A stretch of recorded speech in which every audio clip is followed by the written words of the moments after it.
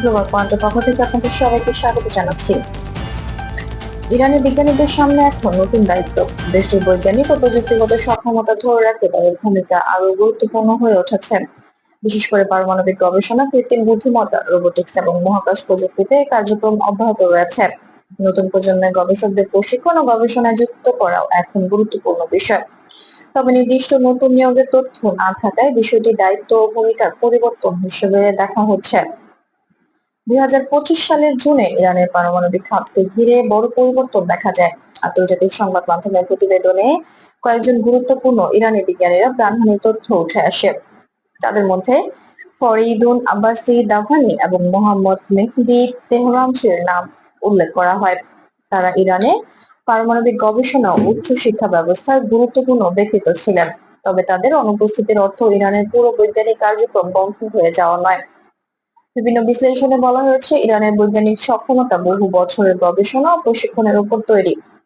বিশ্ববিদ্যালয়, গবেষণা প্রতিষ্ঠান এবং দক্ষ প্রকৌশলী ও বিজ্ঞানীরা এই ব্যবস্থার গুরুত্বপূর্ণ অংশ। তাই কয়েকজন গুরুত্বপূর্ণ গবেষক না থাকলেও পুরো জ্ঞান ভিত্তিক কাঠামো শেষ হয়ে যায় না। এখন বিদ্যমান জ্ঞান ধরে রাখা এবং নতুন গবেষকদের সামনে নিয়ে আসা গুরুত্বপূর্ণ হয়ে উঠেছে। তবে নির্দিষ্ট বিজ্ঞানীদের নতুন পদে নিয়োগের কোনো ব্যাপকভাবে যাচাই করা তালিকা পাওয়া যায়নি। ইরানের পারমাণবিক কর্মসূচি নিয়ে আন্তর্জাতিক পরমাণু শক্তি সংস্থা বা আইএইএ এর পর্যবেক্ষণ বিশেষ গুরুত্বপূর্ণ। 2025 সালের জুনের প্রতিবেদনে ইরানের 60% পর্যন্ত সমৃদ্ধ ইউরেনিয়াম উৎপাদন ও মজুদের কথা উল্লেখ করা হয়। একই প্রতিবেদনে আইএইএ জানায়, চলমান অঘোষিত পারমাণবিক অস্ত্র কর্মসূচির বিশ্বাসযোগ্য প্রমাণ তারা পায়নি। তবে কিছু নিরাপত্তা যাচাইয়ের প্রশ্নের উত্তর নিয়ে উদ্বেগের কথা জানানো হয়েছিল। পরবর্তীতে আইএইএ এর সঙ্গে ইরানের সহযোগিতা নিয়ে নতুন জটিলতা তৈরি হয়। তবে ইরানের প্রযুক্তি কার্যক্রম শুধু পারমাণবিক গবেষণার মধ্যে সীমাবদ্ধ নয়। 2026 সালেও দেশটিতে এআই এবং রোবোটিক্স নিয়ে বিভিন্ন কার্যক্রম চালু রয়েছে।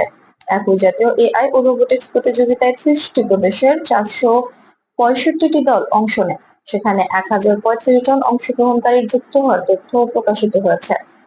এটি ইরানের তরুণ প্রজন্মের প্রযুক্তি শিক্ষায় সক্রিয় অংশগ্রহণের একটি উদাহরণ। রোবোটিক্সের পাশাপাশি মহাকাশ প্রযুক্তিতেও ইরান নিজস্ব সক্ষমতা ধরে রাখার চেষ্টা করছে।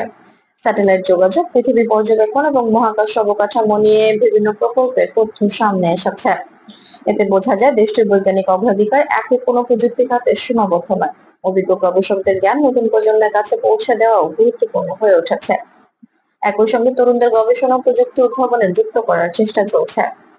সব মিলিয়ে ইরানি বিজ্ঞানীদের সামনে এখন বড় দায়িত্ব হলো দেশের বৈজ্ঞানিক সক্ষমতা ধরে রাখা, গবেষণা কার্যক্রম চালু রাখা, দক্ষ নতুন জনবল তৈরি করা এবং প্রযুক্তিগত জ্ঞানকে এগিয়ে নেওয়া এর গুরুত্বপূর্ণ অংশ। তবে নতুন বিজ্ঞানীদের নির্দিষ্ট দায়িত্ব বা পদ নিয়ে নিশ্চিত তথ্য ছাড়া অতিরঞ্জিত দাবি করা ঠিক হবে না। বর্তমানে তথ্য বরং দেখাচ্ছে, ইরানের বিজ্ঞান ও প্রযুক্তি কার্যক্রম বিভিন্ন ক্ষেত্রে এখনো সক্রিয়। আগামী দিনে এই গবেষণা সক্ষমতা কতটা এগোয় সেটি এখন আন্তর্জাতিক পর্যবেক্ষকদের অন্যতম নজরের বিষয়। এই ছিল গ্লোবাল পয়েন্টের পক্ষ থেকে এখনকার মতো প্রতিবেদন। ধন্যবাদ গ্লোবাল পয়েন্টের সাথে থাকার জন্য। নির্ভরযোগ্য আন্তর্জাতিক সংবাদ পেতে আমাদের চ্যানেলটি সাবস্ক্রাইব করে সাথেই থাকবেন।